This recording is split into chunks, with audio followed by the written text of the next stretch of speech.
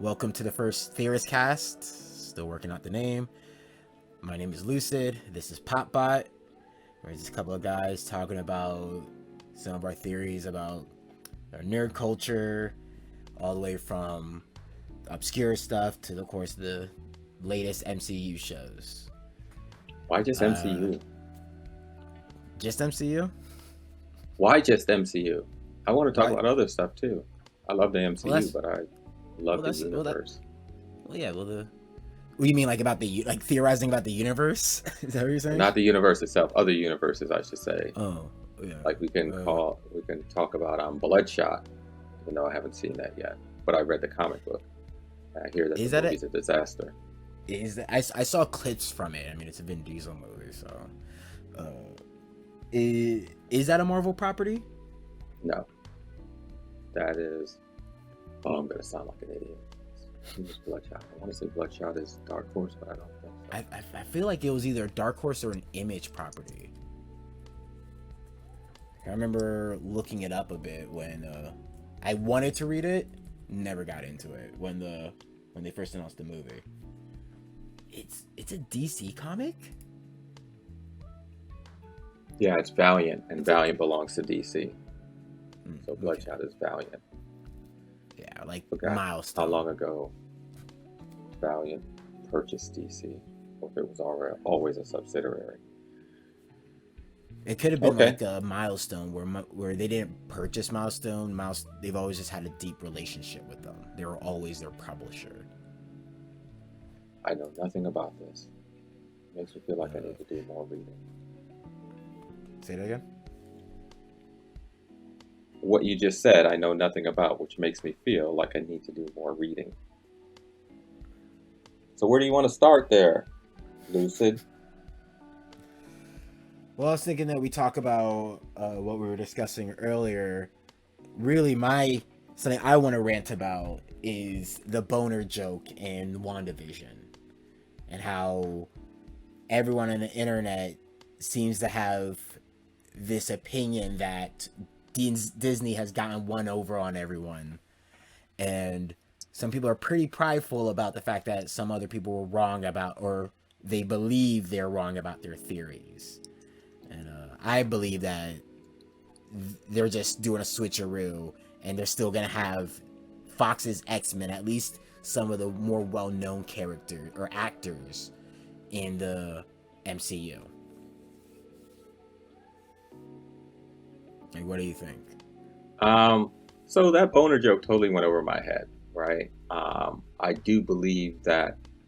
So acknowledging that first, my just personal theory is that the MCU is going to merge with the X-Men of the Marvel Universe. I don't know how they're going to accomplish that, but I think it's going to happen. Did I answer your question correctly? Because I was looking up the boner joke too. It was like Ralph Bohyer, like, or Bohner. Some people, I don't know if it's, I think it was, I don't know if it was someone I read, or I think it was me when I was talking to but I think the Rue was talking about someone being under witness protection in that town, right? And he had another picture, just like everyone else had a picture from that town. Kind of makes me feel like that he is, the Fox Quicksilver, but they're kind of keeping him on their wraps. Like Marvel's X-Men have kind of been around for a bit, but they've been keeping them deep undercover, so we never knew who they were. Like the government's have been keeping a lid on them.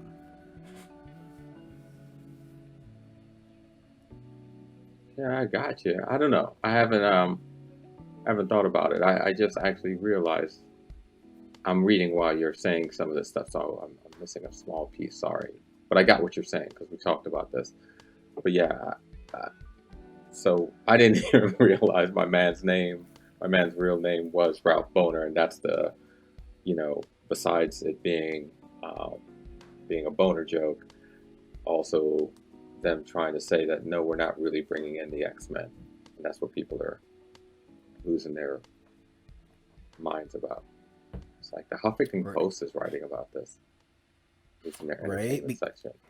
Because it was that big. Everybody was talking about it. Uh, but it seems as though people have a very short memory because, as everyone has forgotten, that Disney knows that we hyper analyze these things so much so that they removed Infinity Stones out of Thanos' glove for the trailers. So we didn't notice that scene where he fights Steve Rogers is at the end of the movie. Because it only looks like he has 2 stones in his glove. But it's CG. They can take out and add whatever they want. Mm-hmm. So they made it look like he didn't have all the stones, when in fact, that was the final scene of the movie. Yeah, I didn't think about that. Yeah, So, I know they understand that there's about 1 million YouTube postings with people analyzing minute for minute what's going on in their movies and cartoons, and then coming back and telling you how it relates to this and that. And I feel like if there's any people that would be great for like a bamboozle reveal hype surprise, it would be the Fox X-Men. Especially those that especially if they cherry pick from the universe, which ones, considering that Days of Future Past proves that both X-Men, the old and the first class X-Men, reside within the same universe, just different timelines. Yeah. So they can bring a Patrick Stewart Xavier and a Sir Ian McKellen Magneto. Or yeah. They have a lot of choices of who they can cherry pick from and bring in, while again still having the reasonable excuse of replacing people like Logan and replacing him with a new Wolverine eventually, a new actor and such, and other people that just they weren't really working and we just replaced them. I'm pretty sure they'll probably replace the Jean Grey girl, which I feel like she might deserve another chance. It wasn't really her fault. The merger fucked up her movie.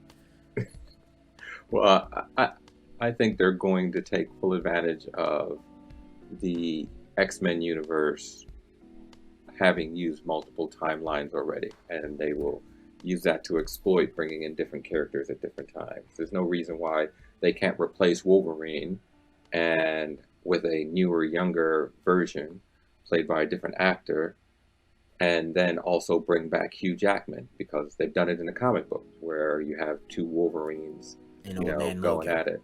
Yeah, it's like there's how many Spider-Mans running around the same universe at one time now. So we're about to have 3 in one movie. That's the rumor. Yeah, I haven't read up much on that stuff, but I'm looking forward to all of those things. I just haven't had the bandwidth to analyze them as much as you have. Yeah, it's a lot, because even going to the next topic with what the Darkhold means for the MCU, I haven't heard anybody online talking about that. Everyone's talking about this. Most people are talking about how everybody was wrong about Mephisto and the boner joke, but nobody's talking about how big of a deal that final shot of WandaVision was. Going through the Darkhold. Yeah, I think I'm sure there's a large amount of folks who watch Marvel Agents of S.H.I.E.L.D. that also watch WandaVision, but maybe not enough for people to pick up. And there's been so much Agents of S.H.I.E.L.D. so far. They might not, some of the things that you told me about the Darkhold driving people crazy. People just might not trigger. That might not trigger, thoughts of Wanda's going to go crazy and take over the universe. I mean, I'll give you that the seasons that the Darkhold was in were much earlier seasons. So if you hadn't watched it recently, it is fair to say that you might have forgotten the gravity of that said book. But it is something, as I was telling Patty when we were watching it, and I was just and the scene with the witch trial, and you've obtained knowledge that was forbidden. I'm like, what do we know about forbidden knowledge? Oh shit, not that book. Oh man, that. Ooh, is Agatha gonna pull that book out? Agatha pulls the book out. And then I was like, what if Wanda ends up with that book? It's not gonna be good. And then Wanda ends up with the book. And then Noah's heart, and I'm all like, this is bad. Like, you know, and like, you know, for like I said, without really spoiling it, is, as you know, we discussed before, we've seen what the book can do to a human and what powers and scientific breakthroughs, like unworldly scientific breakthroughs, it can give ordinary humans, and we've seen what it's been able to do to a robot, right? Like, think Ultron but worse, right? Like, think Ultron but psychological terror. And then for the most powerful witch, magical being in the universe, of all universes, right? The Nexus. They've even brought up the Nexus. So she's like one of the most powerful beings of all time. Being like, let me just learn about this book that's going to tell me exactly what I want to know and how to get it. But who really gives a shit about the consequences?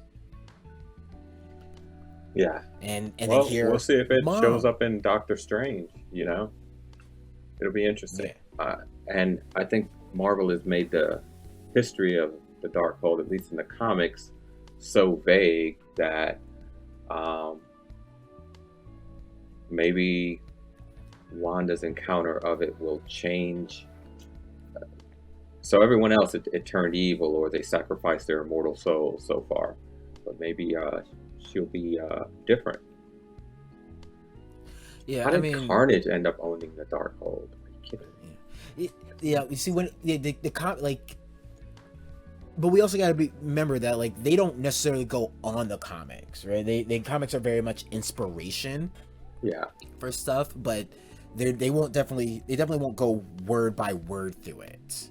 They'll definitely change it up if need be, but seems to stick to a strict Bible of what they do in their shows, or at least within like their universes, right? And the fact that they even brought the Darkhold, it looks like the same Darkhold, the same prop from Agents of S.H.I.E.L.D., that tells me this, like, and the fact that they only just stopped Agents of S.H.I.E.L.D., right? It only just ended like last year during the corona, like I think near the beginning of the coronavirus. So it to me, I see them holding on, like, not like treating it like the Netflix shows and just be like, oh, those didn't exist. They heavily tried to incorporate Agents of S.H.I.E.L.D., MCU into the Agents of S.H.I.E.L.D. So I can kind of see them doing it backwards and bringing in some of our old people, like, yo, we got a powerful witch that's got a crazy book, and we need some people who are adept with dealing with this book. Who do we got? We got Phil Coulson and his boys and girls. Yeah, I just don't know if they're going to go that route again. It's been the route of, you know, the good character turns evil or gets their mind taken over. It's one of those tropes that have been so overdone, not just in movies, but particularly superhero movies and occult movies. And you got WandaVision, which seems to now be a combination of superhero movies, occult movies, sci-fi. So hopefully they don't make it that easy. It's just so overdone. With the way that like I said, without giving it up, because they're not bad stories, not a bad series. What's that? But the way that the people are, like, nobody's like I said, they did it with almost like they aren't bad. They're either not bad or they're amoral, like they're a robot, right? And they don't necessarily become evil. None of them are like necessarily evil. They become chaotic, I guess. Chaotic good, or what is that, right? Is the word the alignment, where it's the bad that will come from what I believe is my good purpose is fine, right? I'm Yeah. trying to save the world by making a new energy. It doesn't matter that this energy might destroy the planet, right, or destroy the city. I'm making a breakthrough, or it's like I'm trying to help everyone's pain. It doesn't matter that I've locked them in a prison of their own mind, right? I'm trying to help you, right? And in the Darkhold, that's the, at least in the MCU, Agents of Shield, the Darkhold is about showing you the knowledge that you want to know. It doesn't matter who reads it. It doesn't matter who sees it, or what language they speak. It tells you the language you want to know, and it tells you what you want to know and how to achieve it. I got to look up some more on that, and I've got to catch up on Agents of Shield. Because it seems that the Darkhold, the little bit of reading I have done, it seems like it is a corrupting force. Like it was created by one of the elder gods for the purpose of corrupting people. But I don't know. Yeah. The evil elder god known as Chthon. Yes, yeah. Chthon, I think is Chthon. I think is the name. Chthon. I think it's very much of story. It's very much a power is corrupting thing, right? Where it's very much the people don't very much seem like they're evil, but they're too engulfed in their power, right? To be like, to see that like, no, you are bad. You're the bad one, and it plays right into WandaVision's arc of she going through trauma. She's lost everything. She's finally we believe she's come to terms with her loss, but it turns out she really hasn't. And in fact, she's just come to resolve in the fact that she's going to make sure she gets back what she lost at any cost necessary. And the Darkhold is the perfect object for that. If you want something at any cost necessary, the Darkhold will get it for you. And it's not necessarily about like she'll be evil, but it's like the genie and the monkey's toe or monkey's paw, right? Yeah. Here's a wish, but we're not going to tell you why, with the negative consequences that naturally are going to come out of it. And again, it's even more really brilliant where it's just not like, oh, you wanted $1 million, but a meteor's falling to Earth, right? It's more of like, you wanted $1 million, or then the tradition, we had to kill you, your son had to die and you got $1 million payment out of it. Or, I wanted to, learn to get a bunch of power, but it turns out I'm getting this power from another universe. So it's actually like destroying not only that universe, but it's going to destroy our universe as well and shit like that. I would rather see a storyline that embraces that aspect, because there's so many different ways you can go with that. And instead of the Darkhold making her evil and then them finding a way to break her from the evil grasp with the Darkhold makes her make choices, and then she is forever changed. She is that person based on whatever choices she makes. And that last line, Mom, shows that that's exactly what she's doing. She's looking for a way to bring her kids back, and her kids exist. And while her kids originally didn't exist, they were, of course, famous. They played pretty true to that. So I was kind of like, man, it's kind of crazy how spot on I was about that. That they stayed pretty spot on to like Avengers Disassembled and WandaVision, or not Avengers Disassembled and House of M.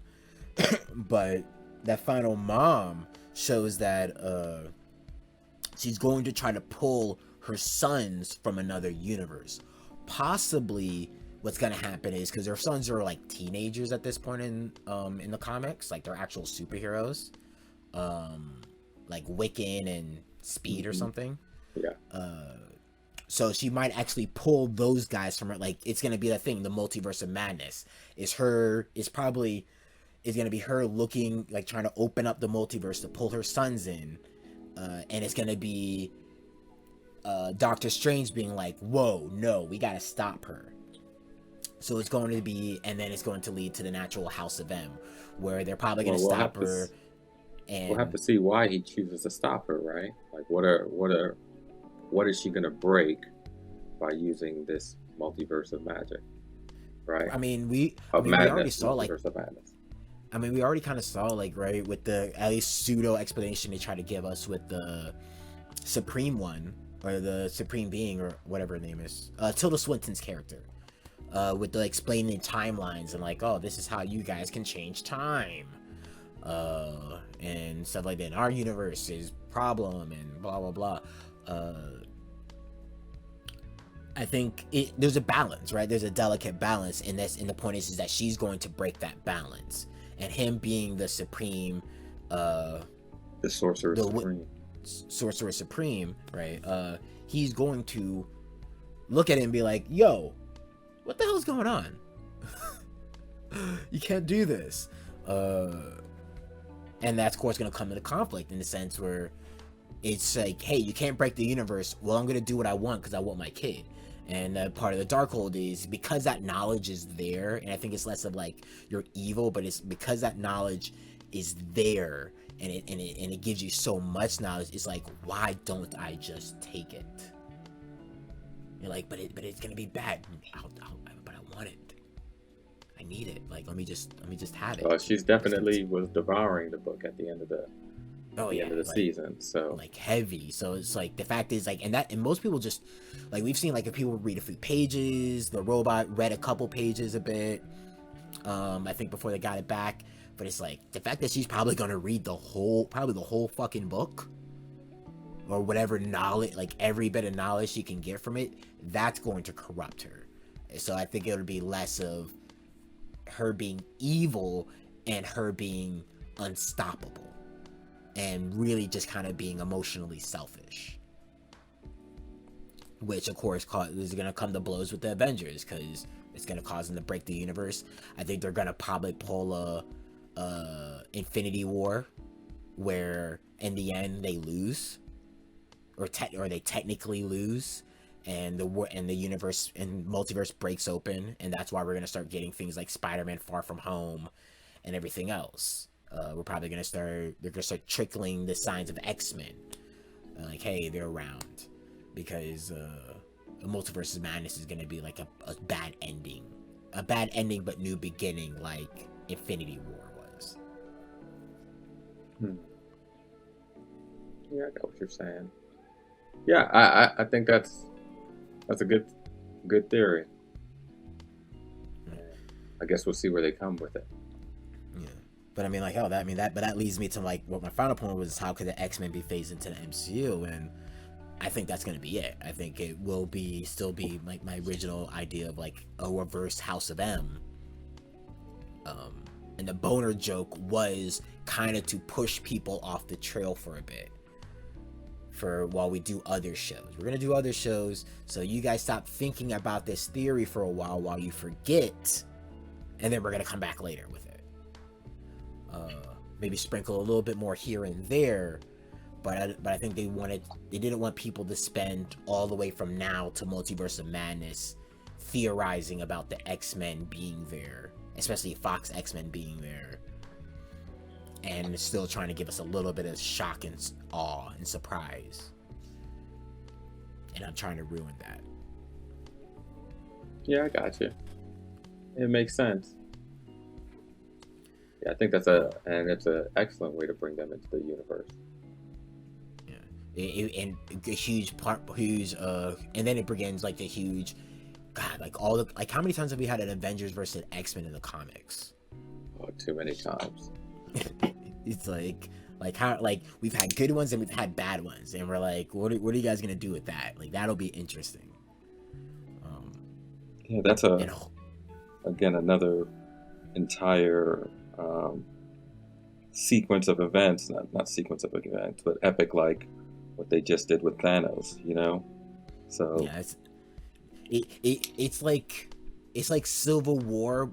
It's like what we thought Civil War was gonna be, and for only to just end up being like, it's just two dudes fighting. two dudes fighting over a guy. Like that's all Civil War really became. Like, it was barely about the Sokovia Accords. They keep trying to bring it back in there, but it's I think that theme, at least it doesn't resonate with me. It's kind of understandable, but it's I like that Marvel put that in there. I like the real world, the connection to real world events that the Sokovia Accords throws into the movie also, but it's still minor.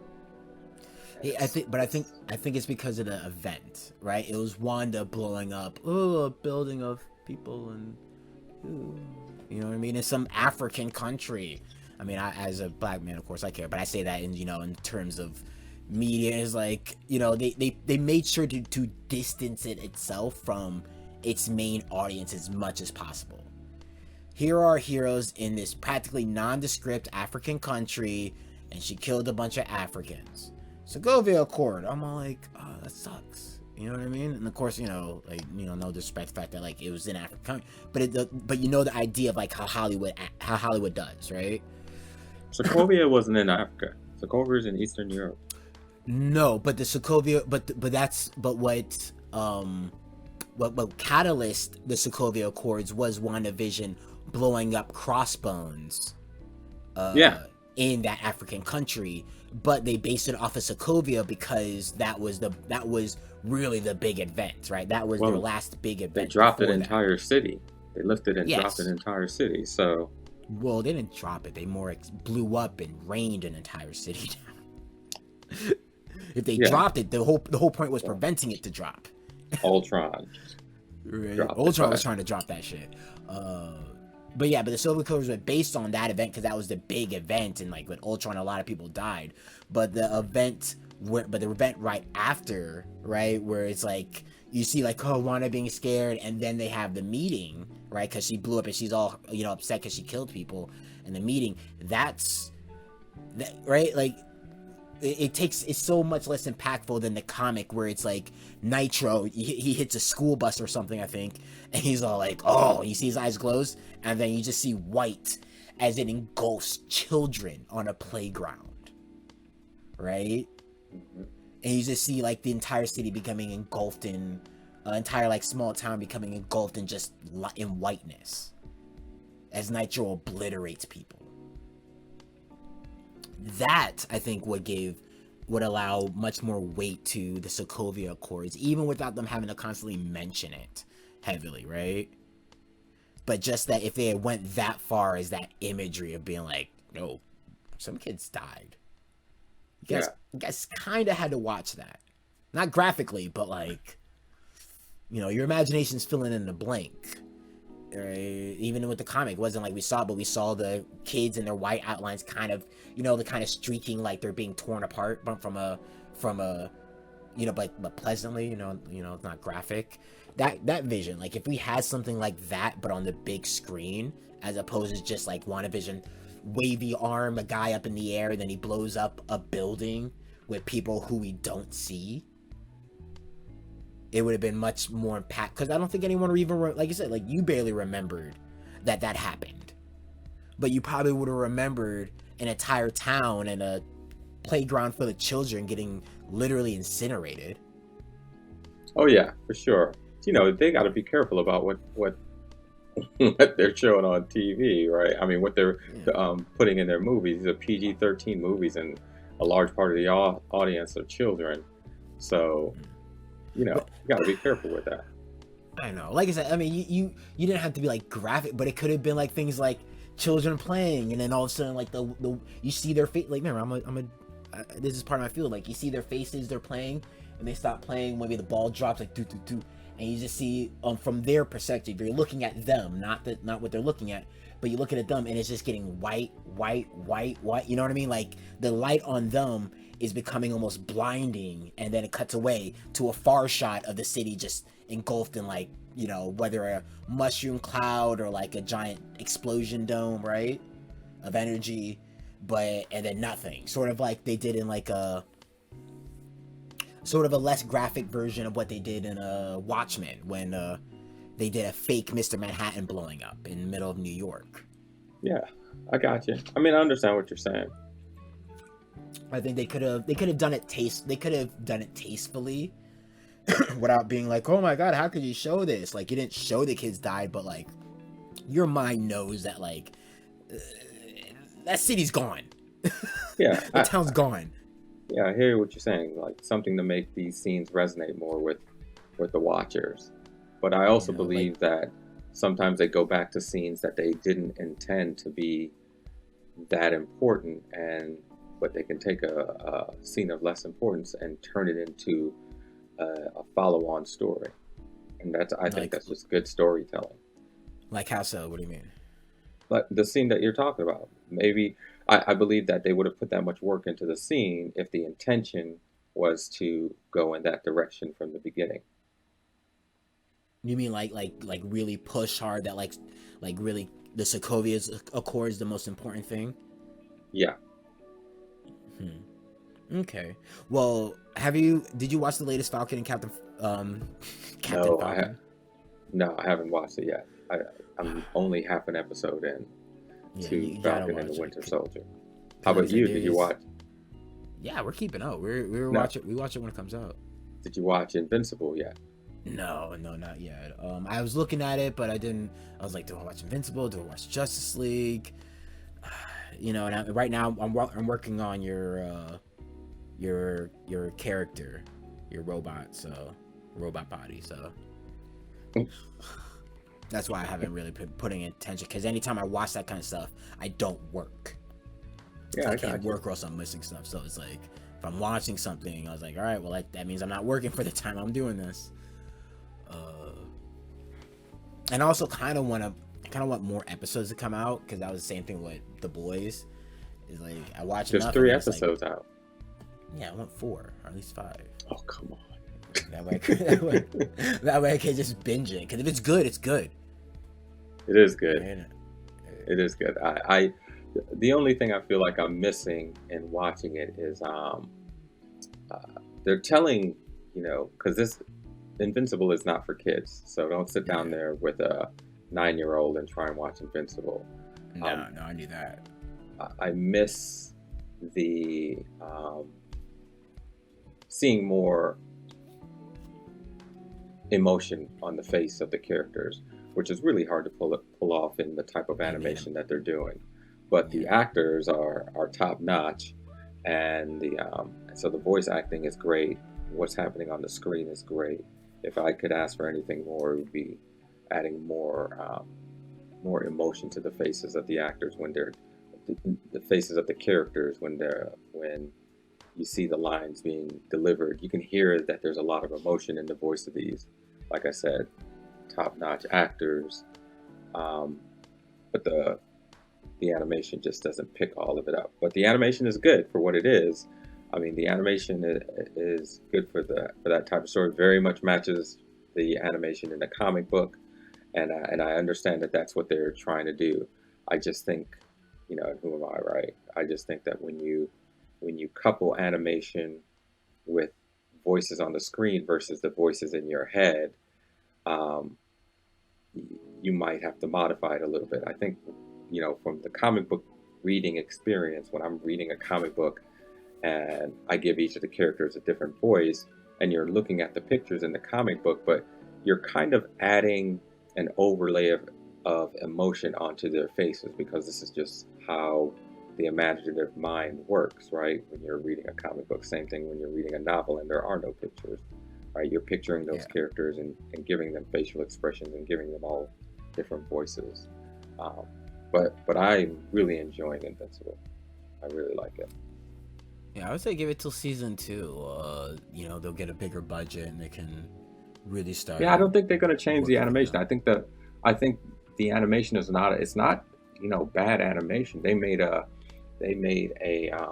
decision to make the animation match the comic book animation. And again, there's nothing wrong with that. It's just my opinion. I think there would be improvement in the overall cartoon if there was more emotion in the faces of the characters. There's definitely more than enough emotion being delivered by the voice actors. But again, it's not that the animation is lacking at all. They made a choice and they're doing a great job. I mean, these characters look great. And part of the reason I got the comic books, I started reading Invincible years ago, is because of how the characters look. So, I mean, I figured it would be really good. Like, not even just, not from you saying it, but before, like, knowing that, everyone loved the comic. But I was looking at a clip, and and in the beginning, like, oh, he doesn't have his powers, Sky High, classic Sky High. But, oh, son of a famous superhero, doesn't have his own powers.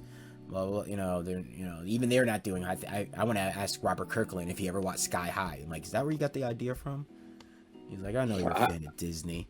I think I don't think Kirkman got the idea from that. I think Kirkman Kirkman's idea was, what we haven't seen yet. So I don't want to spoil it for anybody who hasn't seen it, but Kirkman's idea was originally, hey, what if this happens?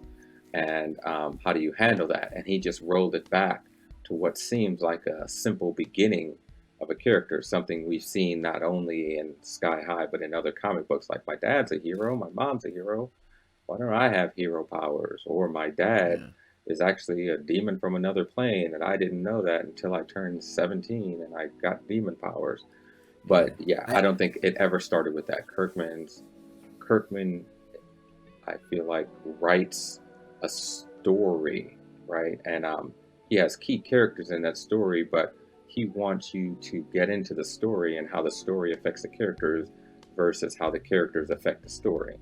And I think he already had a story in mind, and he just rolled it back into some of these simpler ideas, but he binds this really complex story together, and binds all of and it gives the characters depth because the story itself impacts each of the characters in a different way. Yeah, that's great. Yeah, no, I definitely agree. Like, when you think back to Walking Dead, like, that definitely makes sense, where it definitely, even the comic, especially the comic, it very much felt like a story where the characters were driven. It was a story-driven comic as opposed to character-driven, which I think led to the fact that no one felt safe. Where the story, the main character was the story, was the world you were in, and these were just people in it that you happened to be following. You could have been following anybody else. Yeah, definitely. But yeah, no, I knew it was gonna be good because when I was watching like the videos, and of course, he doesn't have his powers. I was like, man, like if it was me, I'd be writing it where he's like, and I saw him like pulling out the trash. I was like, oh man, if it was me, this is right where I'd have him discover his powers. He's like, throws the trash can, and then throws it in. He's like, next one, and he tosses it, and then immediately happen. And then I see it immediately happen after. I was like, well then shit, I guess this is gonna be a pretty good show then. Because they're doing it the way you would do it, right? I was like, that, like, I might sound vain, but it's like, when shows do, the things that, like, man, this would have made like this really good. Is like, I wouldn't say that like when shows don't do it, they're bad, but usually the times when they do it, I'm like, man, this was a really good show. Like, 'cause it shows that like that it's not just something that's being written, but that the writer is in the head of the audience as well, right? Like, what would the audience expect from this? And so I like it. I think that's why I like stuff like that, and that's why when they brought out Evan Peters, I was like, because I called it like the day before. I was like, man, what if it was like Evan Peters? That'd be crazy, right? And she's like, yeah, maybe. And then I lost it. Like, I never lose it, everything. I'm gonna use even though I called it, I lost it. I was like, I can't believe they're doing this. Feige, it's definitely your favorite speedster. Yeah, but it's just in a sense where it's like, if they brought Iceman, right? If I find out like, hey, Iceman, and they truly give Bobby his due. Bobby is a fucking, like, they've been hinting at in the comic that he's part god, like he's part frost giant, like an elemental or something. Well, I really gotta catch up. So as we go through this, it'll help me catch up to the comics that I've been slacking on because the world's been getting in the way. Yeah, I'll send you a good source where you can list. Like, remember that one guy I sent you about where he reads the comics, or he gives like a good synopsis. That would be a good way to kind of at least catch up on things that you wouldn't be able to have a chance to read on, and then you're like, well, I really got to read this, and at least we both got to catch up on the King in Black, because that's supposed to be the new hotness. I just watched, and want to know why that little tidbit of the God thing came from? That came from that. I watched Really? his video on one about Savage Avengers. And Bobby was in it, and yeah, it's and I was like, man, like I'm really glad they're giving Bobby his due, because like they haven't really given him, they very rarely have they touched on the fact of how powerful he is, since Emma Frost took over his mind. So the fact that it seems like, especially now, anything now that I see now happening in comics and Marvel Comics makes me excited, because it makes me feel like, that's kind of the direction they're going with the MCU. And because it seems as though, since Kevin really runs all of it, he runs film and comics, it seems as though he's testing out ideas in the comics before he brings them to the big screen. I didn't even know he ran film and comics. He runs all the Marvel. He's the president of Marvel. Just Marvel. Really? Yeah. So much I gotta catch up on. Let me see. It's like I'm clicking on, I had something up, and Acclaim was part of Marvel, or Valiant was part of Marvel Comics originally, actually. But I guess it got sold and then sold to DC eventually.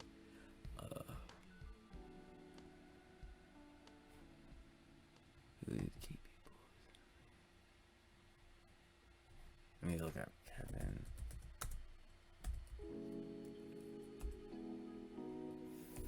How do you pronounce his name? Feige. Yeah, Feige. F-Y, so it's like F-Y, Feige. Okay.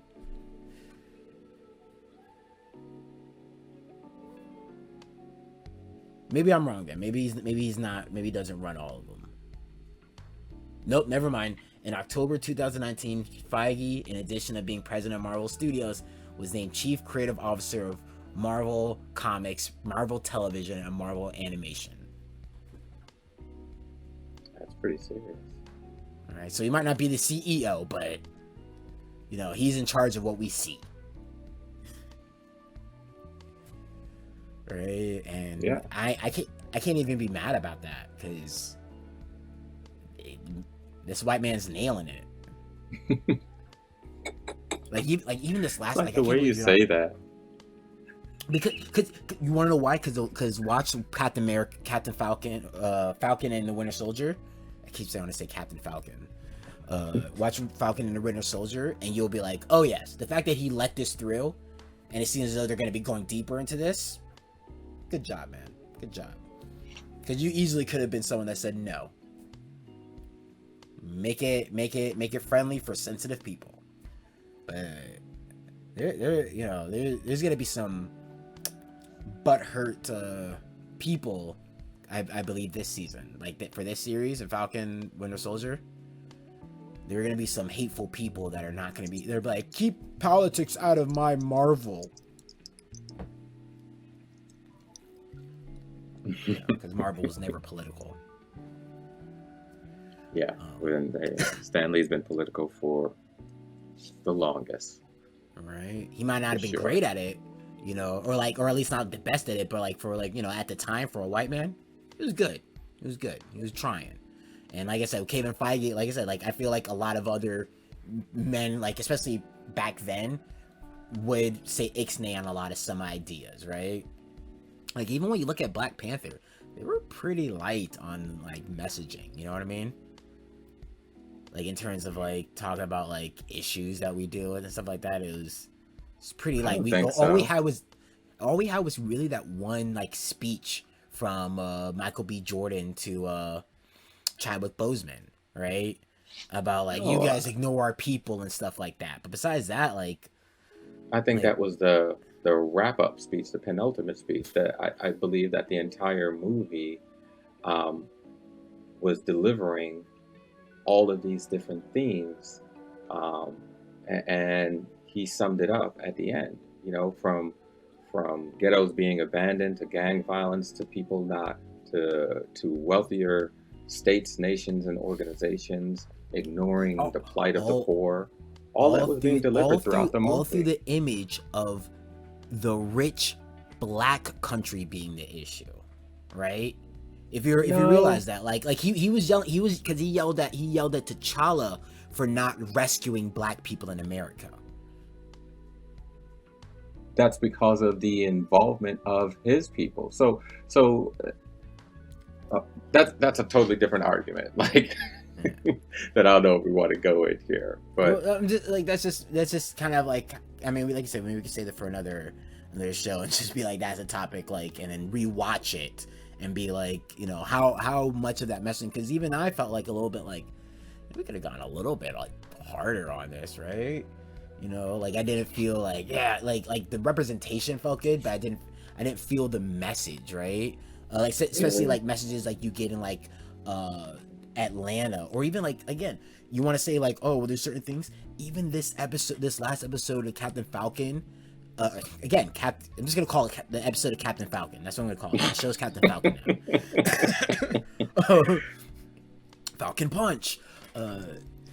Even this latest episode, I felt like kind of did more addressing like the plight of Black America within America than all of Black Panther did. Okay, I'm gonna check it out. I might be able to check it out today. There were like two scenes that hit so hard that, like, even when I'm thinking about it now, I'm like, there was no scene in Black Panther that hit as hard as these scenes. Oh man, you know what I mean? And it was just like, and you're like, well, it's a different time. I'm like, Black Panther only came out a few years ago. Gonna make me right? I don't think it was a different time. That's what I'm saying. Like, you're gonna make me rewatch all of these movies, so, and catalog, you know, what I believe was not only the key messages that they were trying to hit on, but also